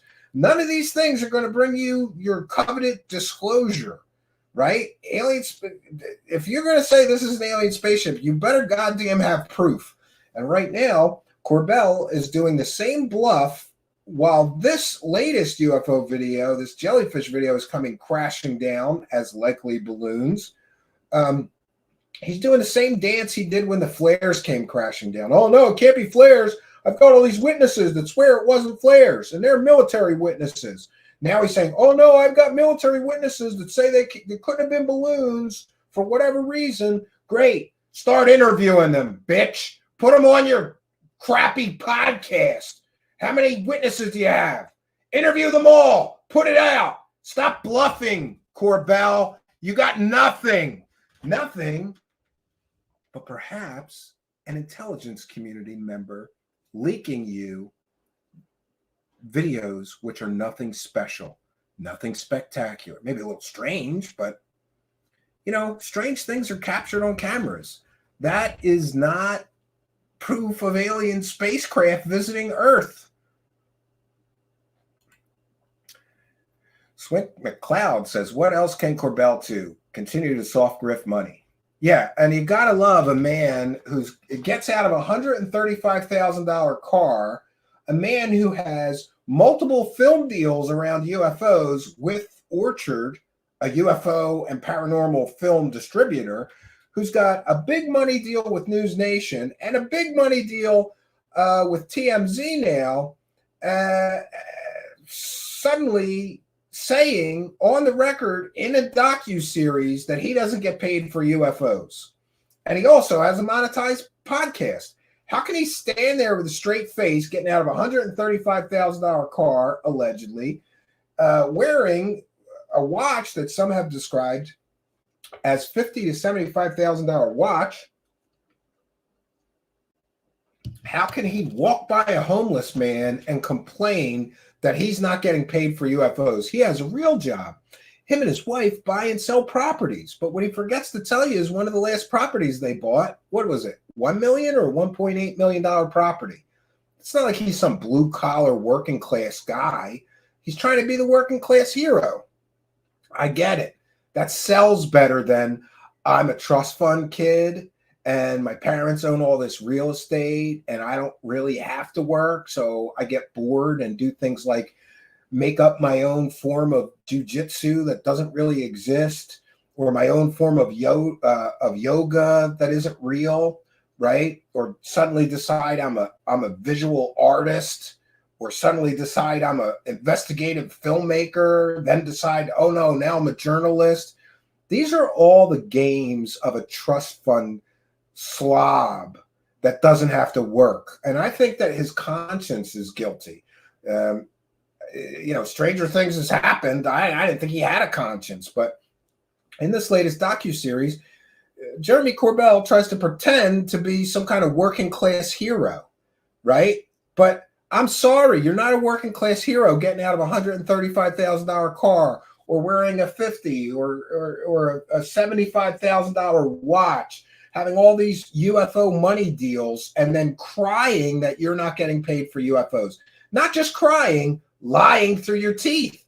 Anybody can look it up and see that he bought a multi-million-dollar property, right? That's not you and your wife fixing up some old house, right? It's not like he's out, painting the house and doing drywall work and carpentry.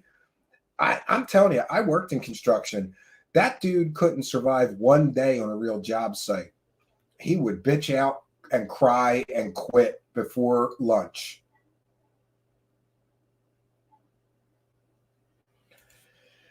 The great snack food. Did you see the Theory of Everything interview with Linda Moulton Howe about cattle mutilations? Well, yeah, and that question that she freaked out about was sent in by us. So maybe watch the whole thing before you ask questions. Yeah, I did see it, and I sent in some of the questions for that, if it's the same interview that I'm thinking of. High-speed chase. Will there ever be real disclosure? Well, apparently the date has been moved, and now it's in 2030, according to those in the know that have been wrong about everything, right? Like Gary Nolan, Lou Elizondo, all those clowns. They say disclosure's coming in 2030, right? Complizer says the great snafu, brother Stephen, was the one asking the question. Yeah. That question she freaked out about in that interview at the end, that was sent in by me, one of my fondest moments in UFO land. He didn't get a dime for a Netflix deal on Amazon and Netflix for this. Well, really, Naps documentaries. Yeah, he's had 3 film deals, but he's not making money on UFOs, according to him, Brett Clark. How could you stand there like a clown and lie through your teeth, especially when you're walking past a homeless man after you just got out of a $135,000 car and you're walking around with a $75,000 watch on? Why don't you sell your watch and your car and feed some homeless people, you slob, you greedy slob? Come on, man. He also pretends to talk to people on the phone. Wouldn't put it past me, right? Steve Long says, I get no inklings that Corbell has a guilty conscience. He's just faking a front like usual. Good point, Steve Long. He knows that his story of being this disclosure warrior will sell better if people don't think he's just some rich, bored kid. And that's what he is, a rich, bored kid, right? You know he's a rich, bored kid because, only rich, bored people can, in one lifetime, be, a quantum jujitsu master, a warrior yoga master, an MMA fighter, a visual artist, an investigative filmmaker, and now a journalist. That's a lot of careers, just me, right? Randy 1979 says, "How bad was Linda Moulton Howe's freak out over that question of yours?" Well, it's in our archive here. It's called A Hostile Questioning of Linda Moulton Howe. It's bad, man. Randy, you never saw that? It's bad. She freaks out. She totally freaks out. I agree with you, John Boyle, but I don't even want to say his name on my podcast, on my show here. John Boyle says, I just came and he banned me because I said hello to Bob Lazar, who also got banned from the chat. Yeah, well, listen, here's a general guide. Any show with the word disclosure in it is bullshit. I'm going to say that again. Any show with the word disclosure in it is bullshit. Let's have a proven paid government disinformation on my show all the time to tell us the truth about the aliens. It's so ridiculous, right? Disclosure my ass. The watch is so if he gets abducted by foreign agents, he can use the watch like currency to escape. A likely story. Yes, a totally likely story.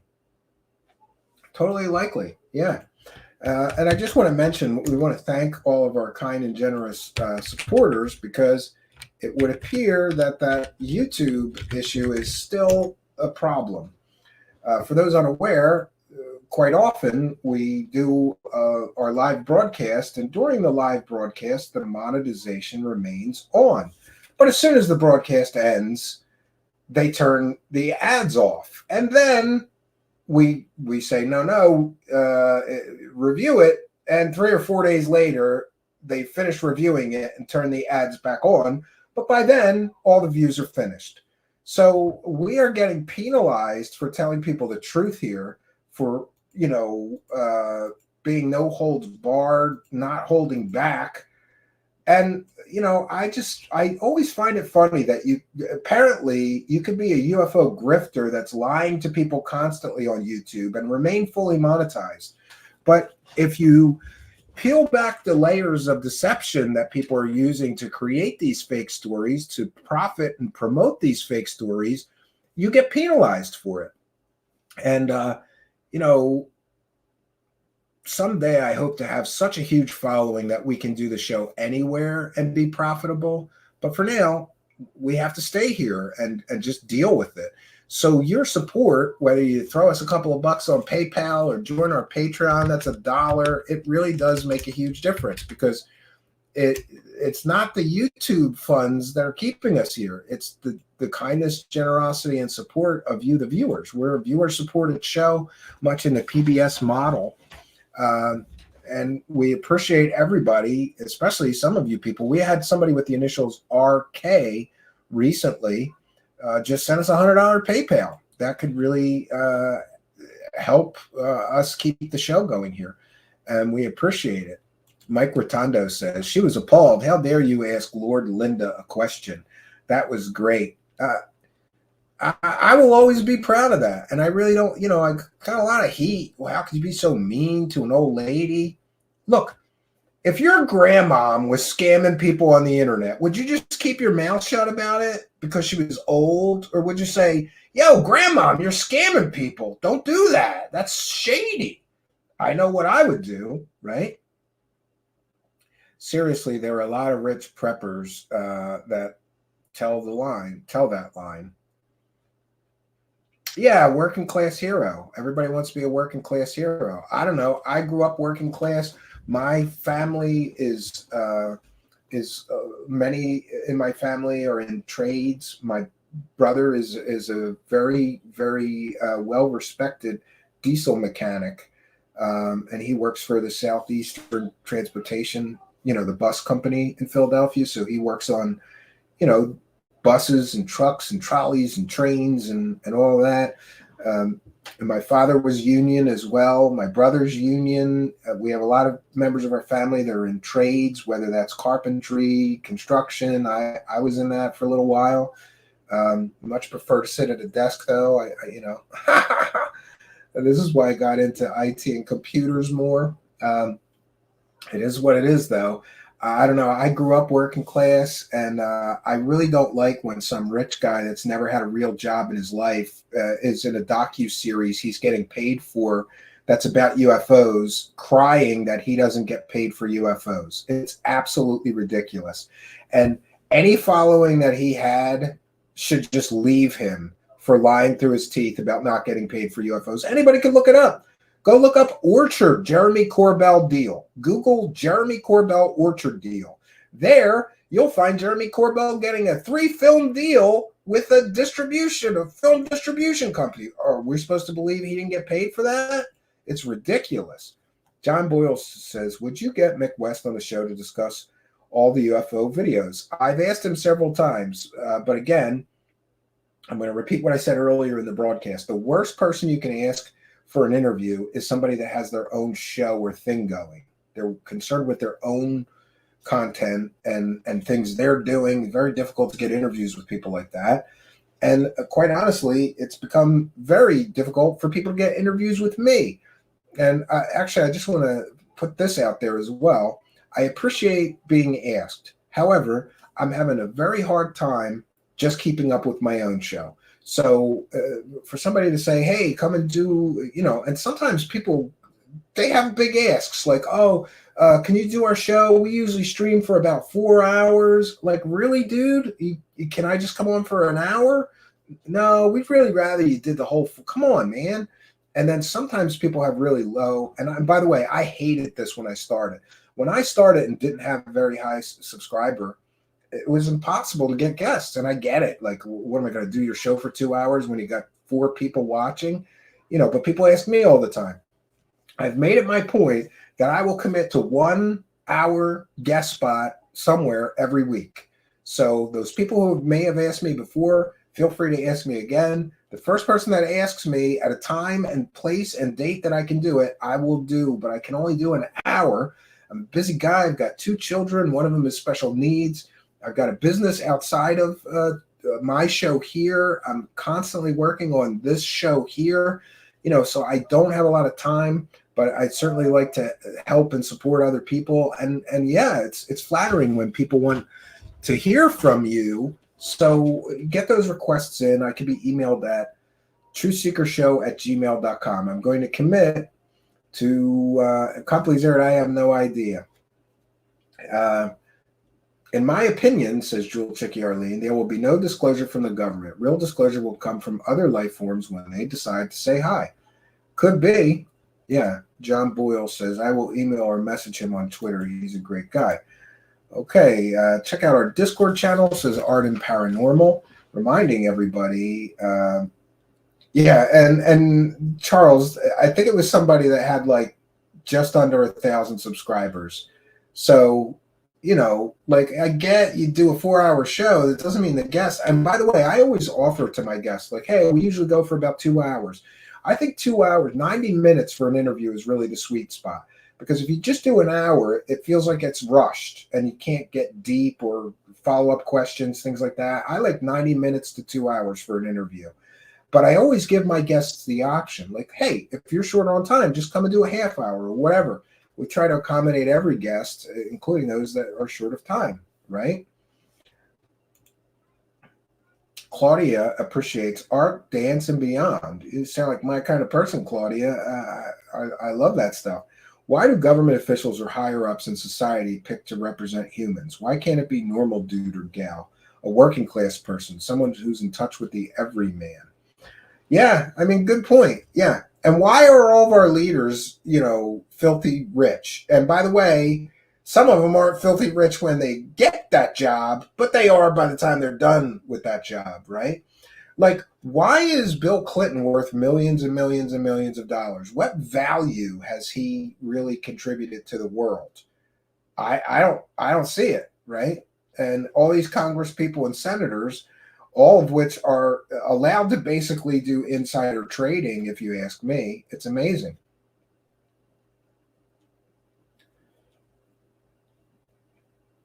I agree, John Boyle. And for those unaware, my most requested guests here are the following. Dark journalist. People ask me all the time about alien scientist. People ask me about to have Stephen Greenstreet, Mick West, and John from the Black Vault. Those are the guests that people ask me all the time. And we try to accommodate and please our audience here. So I certainly ask, but I don't want to be one of those annoying guys that asks like every couple weeks or 30 days. I'm going to have to come up with a system for this. Because like I just asked Stephen Greenstreet again, because at one point he said to me, I'll come and do the interview when I'm done with the Basement Office episodes, but it appears that he's just going to keep those rolling, so there's never going to be an end. So I reached out to him again and said, hey, whenever you have time, we'd love to have you here. So for the people unaware, those are our most requested guests. I've certainly asked all of them, but we recognize and understand here, especially being a busy dad myself, I think all those guys are busy dads and have their own shows and their own things to worry about. So we ask, but we don't want to become that annoying guy that won't take no for an answer. And to be clear, all of them have been very kind and just, said, ask me down the line or ask me in the future or whatever. And we'll continue to do that. Thrill Seeker 72 is here and is a member, says Congress and the Senate have outplayed the stock market 3 years running. Inside info, investing in arms companies, etc. Yeah. I mean, it's not a surprise that, Nancy Pelosi and her husband, they have a better investment they make more on their investments, and they are right more of the time than Warren Buffett. That's not a coincidence. Did you know there's a movement that follows what these people are buying, and there's a lot of people making money just copying whatever they're doing? That's a way to Obama is producing Betty and Barney Hill new movie right now. Yeah, because Barack Obama is the perfect person to produce a UFO documentary about a 30 or 40 or 50-year-old UFO case that no one cares about anymore. Isn't it great? These stories just keep coming back and back and back, and every time they get bigger and more grand. I'm just back from watching that Linda Moulton Howe video. I swear I could see her smoke and fire shoot out from Linda Moulton Howe's ears and nose. Yeah, could be. It really could be. William Runner says, Brian Dunning was a great guest, Stephen. I love your list, though. Yeah, and by the way, I have a lot more on my list. I'd like to do 2 interviews a week if I could get enough guests. But to be very honest, sometimes we just try some wild thing, and I don't know that it really works out when you're just like rolling the dice and hoping for the best. I would really prefer to save the interviews that we broadcast here to people that I really and truly want to talk to for a few hours. And to be honest with you, that list is pretty short. For a time, we were supposed to get my favorite Star Trek actor. You can all guess who that is. He agreed to an interview, but then got busy. I'm going to ask him again. We want to talk to interesting, creative, powerful people, and smart people here. Yeah, then Lizzie, it wasn't it harder than you thought to get guests to agree?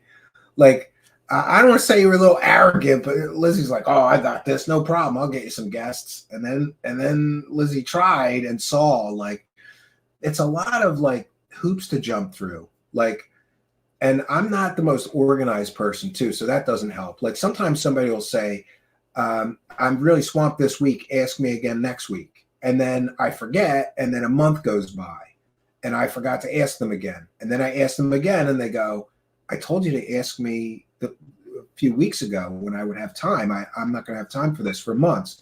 And then I forget to put that on a calendar. And like, it just turns into this whole thing. That's another thing, getting ghosted. Art and Paranormal is also trying to book guests here. And I believe even Mr. Ian, he was supposed to talk to Gary McKinnon, who I've invited several times, and we've never been able to work that out. He's one of those people that I would really like to talk to for a few hours. Well, we don't attack the guests. When people in the live chat sometimes go after the guests. Yes, and I'm going to ask that, I don't know, maybe I'll make a bumper, like, please be kind to the guests, because it's true. Higher Grounds Production is the Obama's production company. It's like Encounters was Spielberg's production company, but he had nothing to do with it. That's interesting. Mr. Ian says the live shows are total train wrecks and utter comedy gold. Not all of them. Some of them are well done. Come on, man. Give me a little bit of credit. Don't tell him that. We're happy with him just being the voice here sometimes. He'll get a big head, right? William Runner says that what woman that are for? No, really. They are good at scheduling and arrangements. Yeah, I agree with you. Maybe they have a different skill set. I was terrible in business, especially when I worked for other people. I would have to use, calendar, a calendar app for everything. And I'd have reminders throughout the day, like call this customer or do this for this client, or yeah. Mr. Ian says Gary is a solid bloke. Well, get him here, right? Yeah, it's just the Obamas using their name to make money from entertainment productions, all kinds of popular topics, not just UFOs. Well, that's pretty interesting, right? Yeah, and Arden, but isn't it funny how many people don't even reply? Like, I don't know. I make it my policy. If somebody takes the time to ask me, I at least give them a reply. By the way, that reminds me, there is a guest that I have to get back to and schedule. And he's the guy who's been investigating this alien interview. Remember that with Victor? and the puppet. I think it's a puppet. The puppet alien. Remember that? He's convinced it's real. I try to spend some time to like re-examine that and find some of my old sources for why I thought it was totally fake the first time we covered it, but I haven't been too successful at finding that information again. So I think we're just going to let him on here, and I'll hear him out, and we'll have a good talk about it.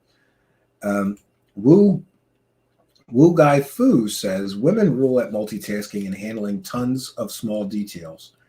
Yeah, I guess. Yeah, well, better than me. You know, I'm terrible at it. I'm completely and totally terrible at it. I'm just not very organized. I'm a kind of a mess. You know, if it wasn't for my wife, everything would be a mess. She keeps our house pretty orderly, and a lot of things in my life are orderly, but through no fault of mine. Like, they're only orderly because she, you know, she takes things over, and then they're done. You know, I was about to say the right way. Then they're done her way. We'll leave it at that. Brett Clark says, we got the same treatment when I was doing a podcast. We shot down a lot of the paranormal TV shows, and some location owners and ghost hosts would not talk to us at all. Yeah, well, it lets you know who's a genuine person and who's a prick. Right? Then Lizzie is my oracle now. Well, I don't know about that, right? Oracle, I love the story of the Oracle of Delphi. If you get a chance, look it up, right? Yeah, Gary McKinnon would be a great guest. I agree. We'll try to reach out to him again. Yeah, so friends, we're going to keep this one short. Let me get that fair use banner off. We don't need that anymore. But I definitely wanted to jump on here and try to give you an update of sorts. So, you know, to wrap things up here, what I will say is that I think that we should all be open to all possibilities. And one of those possibilities is that some people who have been very critical of the Grusch narrative, claiming that he's being used and manipulated by UFO people into this role, may be what is actually taking place here. Additionally, I really, I don't want to argue with people who tell me ridiculous, stupid things like the information is classified, so he can't share it publicly. Or he gave that information to the intelligence community inspector general. No, he didn't. Or the intelligence community inspector general doesn't care, because they basically said in a statement they're not investigating his alien and UFO claims, only his claims of, people, there being reprisals against him for whatever reason. So, yeah, it is what it is, but we're at 225 days of David Grusch making huge claims, and he's shown zero evidence so far. But what we do know is that he's getting his information, apparently, from people like Gary Nolan, who's been involved in multiple fake UFO stories. He's being interviewed by people, many of which who have been caught selling completely and totally fake UFO stories. People are profiting from Dave Grusch, many of whom have been caught selling completely and totally fake stories. So when people want to argue with me about how wrong I am about all of this, look, how long are even the true believers going to let Grusch keep telling stories without providing any evidence before you have to admit he doesn't have any evidence? All he has, apparently, is stories that people told him. People like Eric Davis, and Hal Puthoff, and Jacques Vallée, and Gary Nolan, Lou Elizondo. In other words, same shit, different day, right? It's just a different front man using the same old unproven, unverified information that they never proved the first bunch of times it came out. You got to go back pretty far. Oh, no, a UFO crashed in Mussolini's Italy in 1935. Prove it. Prove it. And prove that William Brophy is not a proven UFO con artist and liar and scammer. You can't, and you won't. And now Grusch is apparently giving private talks where he's claiming the government's in possession of a 40-foot craft that's huge inside, the size of football fields inside, that defies the laws of physics. Well, great story. You got any evidence for that? Or is he just going to keep telling stories for another year before people finally wise up and say, I don't think he's got any evidence? Because if he did, why would he wait 225 days or 365 days to finally share evidence of his claims? Can't wait for this op-ed. Now, remember, originally everybody said he had no firsthand knowledge. Now that story's changing. Now he has firsthand knowledge. He's going to write an op-ed piece. So you're going to write a blog post? Dude, really? Great. Is your blog post going to have evidence, or is it just going to be you telling more stories? He hasn't proven anything that he has said so far. And in fact, it appears that he's been caught in several fabrications or lies so far. Not looking good for his credibility. So, did the Dave Grusch story just get a whole lot stranger? I believe it did. And it's going to get curiouser and curiouser, friends. Remember that from Alice in Wonderland? It's just getting curiouser and curiouser. The story's going to get a whole lot stranger. And the stories out of Dave Grusch are going to get more fantastic, more unbelievable, and will probably be accompanied by just as much proof as he has shown so far. None. He's got no evidence. And all the excuses in the world can't make up.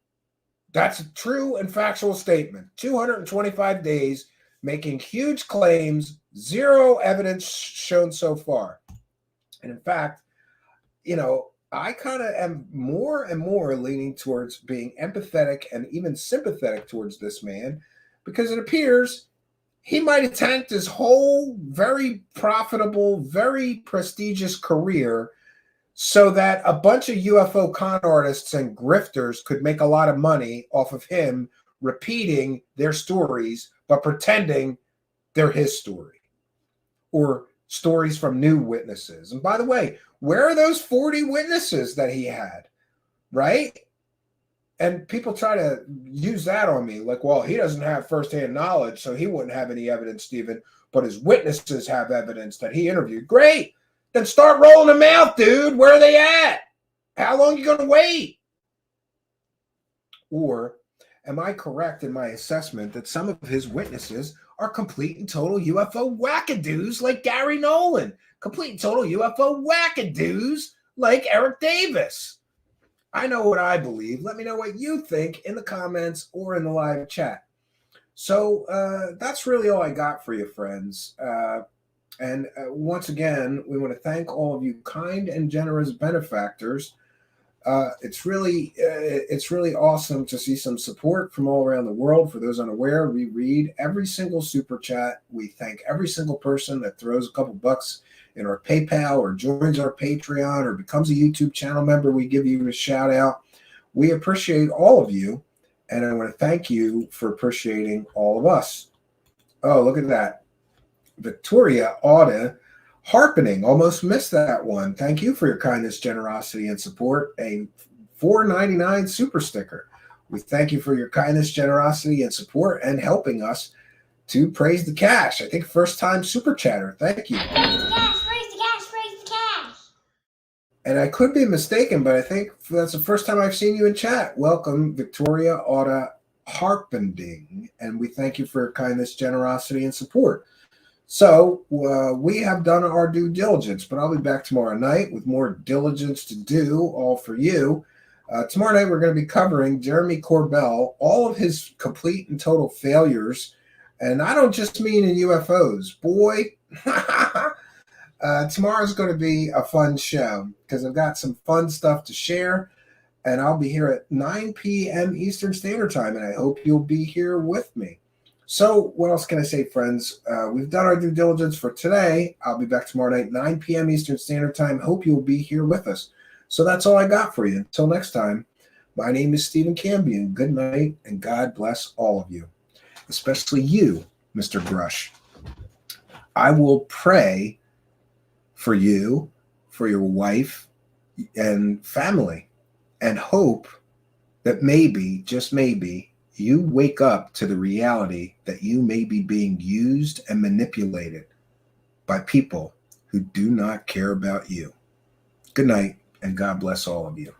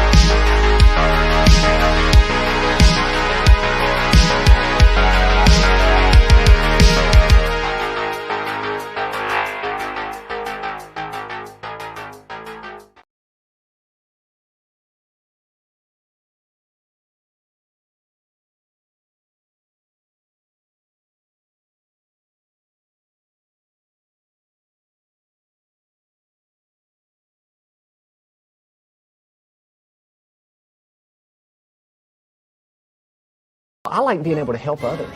I like being able to fulfill my dreams, and it takes money to do what we're doing. That's why God gives you influence to help the world, to make it a better place. We don't ask for money, and people send in millions of dollars to help us keep the broadcast on the air. I don't think there's anything wrong with having a nice place to live and being blessed. And money should never be the focus of your life. If that's all you're doing, that's shallow. It should be to be a blessing to others. Bobby Loeb, Kevin Knuth, Gary Nolan, Jacques Delay. Bobby Loeb, Kevin Knuth, Gary Nolan, Jacques Delay. Disclosure process? Absolutely. Disclosure process? Absolutely. Disclosure process? Absolutely. Disclosure process? Absolutely. Diana Pasoka, Hal Puttoff. Diana Pasoka, Hal Puttoff. Diana Pasoka, Hal Puttoff. Diana Pasoka, Hal Puttoff. Disclosure process? Absolutely. Disclosure process? Absolutely. Disclosure process? Absolutely. Disclosure process? Absolutely. This is not a joke. Like, none of this was a joke. This is not a joke. A joke. This is not a joke. Like, none of this was a joke. This is not a joke. A joke. Entertainment. Entertainment.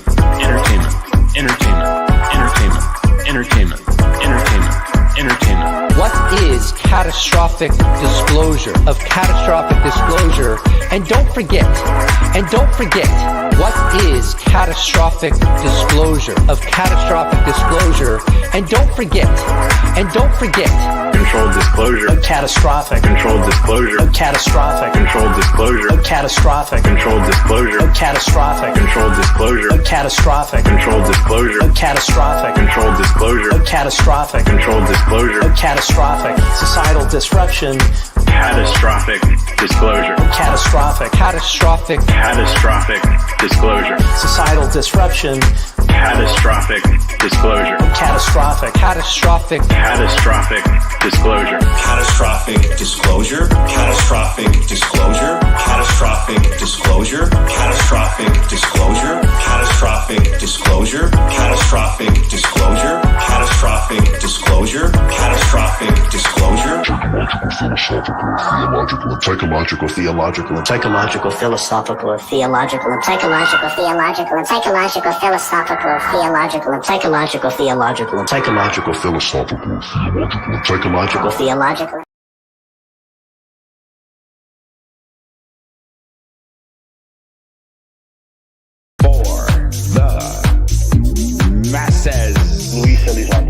Elizondo, Luis Elizondo, Luis Elizondo. For the masses. Luis Elizondo, Luis Elizondo, Luis Elizondo, Luis Elizondo. For the masses. Yeah. For the masses. Good trouble shows, good trouble shows, good trouble shows, good trouble shows. For the Soul Foundation. yeah. The Soul Foundation. For the We grifters, grifters. yeah. We grifters, grifters. For the masses. We the people have to come together. We the people have to come together. For the masses. We the people have to come together. We the people have to come together. Hi, everyone, here and around the world. Tall white, Nordic, tall white, Nordic. Hi, everyone, here and around the world. Tall white, Nordic, tall white, Nordic. The tall white extraterrestrials. Nordic, the tall white extraterrestrials. Nordic, the tall white extraterrestrials. Nordic, tall white, Nordic, tall white, Nordic. UFO disclosure. UFO craft and bodies. UFO disclosure. UFO craft and bodies. UFO disclosure. UFO craft and bodies. UFO disclosure. UFO craft and bodies. People who might not buy everything you're saying, who are skeptics, have said over and over again, he has no first-hand knowledge. He has no first-hand knowledge. Maybe we shouldn't believe you. When you say you have first-hand knowledge, maybe we shouldn't believe you. Legally, the fact that we're not alone. We've recovered material and we've recovered documents. And beyond that, the fact that we're not alone. We've recovered material and we've recovered documents. And beyond that, ontologically shocking but also uniting. Any evidence. Ontologically shocking but also uniting. Any evidence. I'm an intel guy. Ontologically shocking but also uniting. Any evidence. Ontologically shocking but also uniting. Any evidence. I'm an intel guy.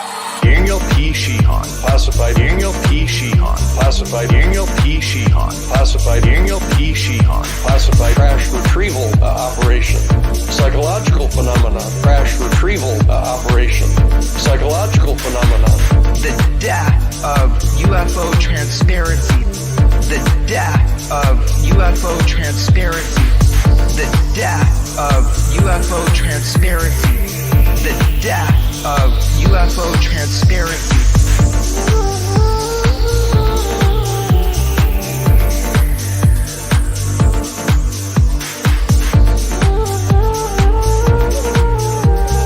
For the masses.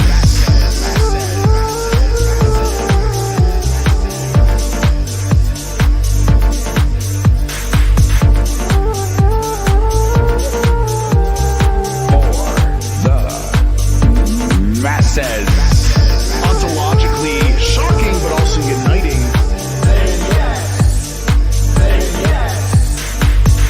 Ontologically shocking but also uniting.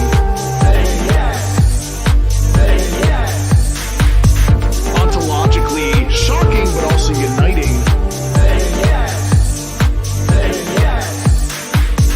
Ontologically shocking but also uniting.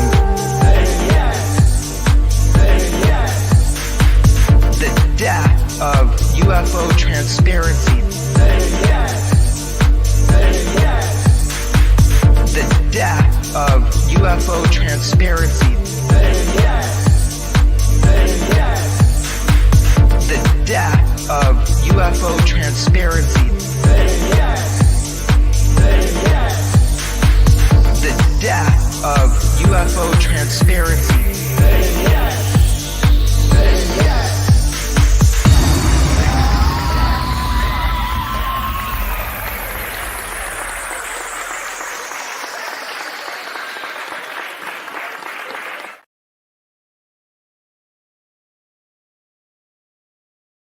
That is God penetrating your heart. It's burning on the inside of you, and you need to make a vow of faith of $1,000. Oh, Bob, couldn't you say 25? No!